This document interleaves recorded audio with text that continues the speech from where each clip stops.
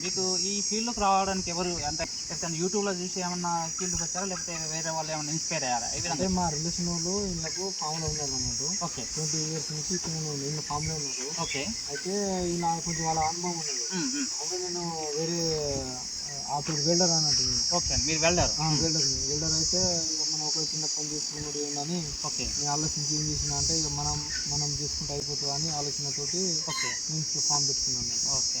So, first welder అయితే మీరు హ్మ్. వేరే వాళ్ళ కింద వర్క్ చేయడం ఎందుకని చెప్పేసి హ్మ్. సొంత ఉపాధి కోసం అని చెప్పేసి ఫార్మ్ ఫామ్ కన్స్ట్రక్షన్ చేశారు. పెట్టేసి ఏ కంపెనీతోని ఇంటిగ్రేటెడ్ అయ్యారు? స్నేహ కంపెనీ. స్నేహతోని. ఈ స్నేహతోని ఇంటిగ్రేట్ అయిన తర్వాత బ్యాచ్‌కి వచ్చేసి మీకు ఎంత ఖర్చు వస్తుంది? లేబర్ ఖర్చు గాని అంటే లేబర్స్ ప్లస్ అదే విధంగా మెయింటెనెన్స్ ఖర్చు పోను మీకు ఎంత మిగులుతుంది? ఒక బ్యాచ్‌కి ఎంత వస్తుంది అమౌంట్?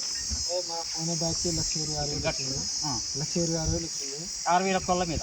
6,000 కోళ్ళు. 6,000 కోళ్ళ అంటే మీద 5,500 కోళ్ళు ఇచ్చిర్రు. ఓకే. 5,500 కోళ్ళు ఇస్తే మోటాలిటీ ఓ 200. 5,500 కోళ్ళు ఇస్తే మోటాలిటీ ఓ 200.